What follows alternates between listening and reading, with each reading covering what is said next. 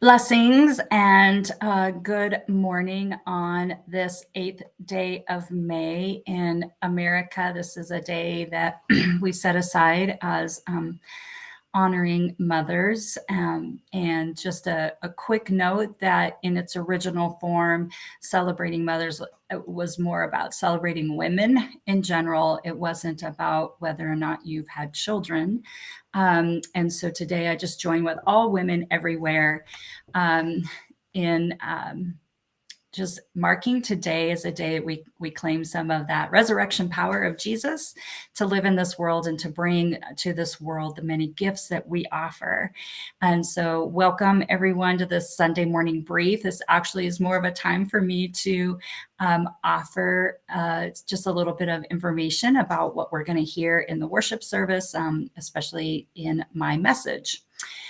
So today we're continuing in this Easter season, and we've been focusing on resurrection appearances of Jesus to those first apostles.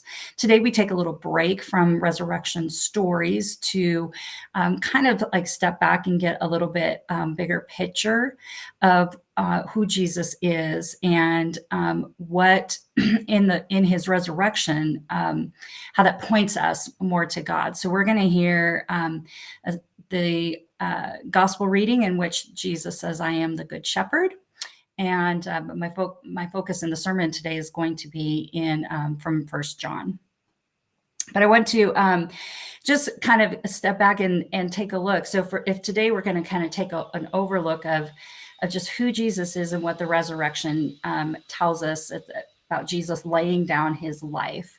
But the Gospel of John actually has Jesus often sharing really who Jesus is, like who God is in Jesus, like how we see God in the person Jesus and in the divine Jesus.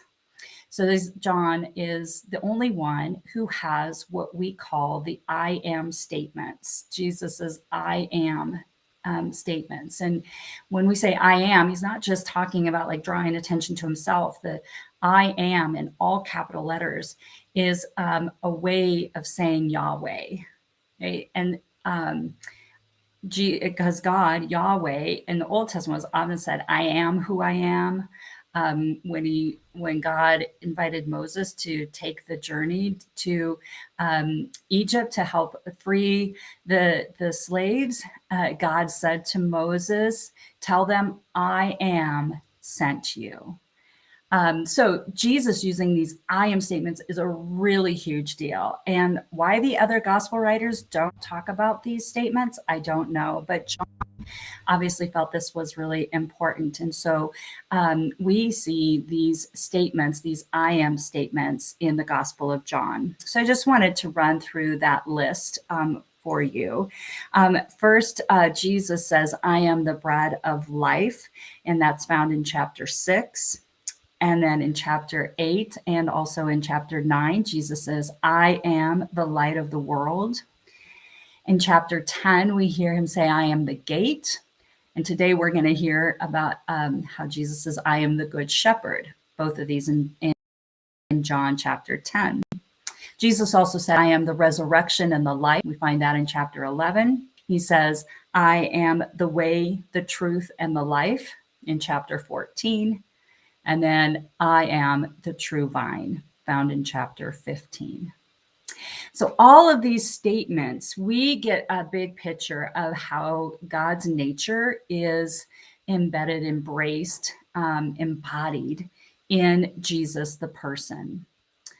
That Jesus has been brought to the world to feed the world, salvation, to bring light to the darkness, to bring to light that which has been buried and hidden, kind of those secrets of our hearts and the kind of the systems of darkness that continue even today. That Jesus is the gate and the way and the truth and the life. Like there is a way to know God through Jesus, the person Jesus, the divine God incarnate. Jesus is the good shepherd. We're going to hear today about being looking to Jesus, not just to follow Jesus, but to take on those characteristics of Jesus. Jesus being the resurrection and the life. So this is the God who wants us to not only have life and power in our mortal bodies on this earth, but there is this resurrection life that is not only lived here, but also in the age to come, in heaven, in eternity, however you speak of it. This is the kind of the everlasting promise. And then, of course, I am the true vine, where we are encouraged to abide in Jesus, to remain in Jesus. And so, as you hear the scripture this morning, I am the good shepherd. I hope that this will connect you to the other I am statements, because Jesus has said these many times. And again, it gives us that bigger picture, that kind of fullness of who God is and how Jesus has come to point us to this God. Today's sermon is going to focus on, again, 1 John chapter 3, which is attributed to the same person, gospel writer John, but we'll explore that a little bit in the sermon, so I'm not going to give that away. So please either come to church today if you are able, in the area, 10 a.m. We are live streaming, so you can come to church that way.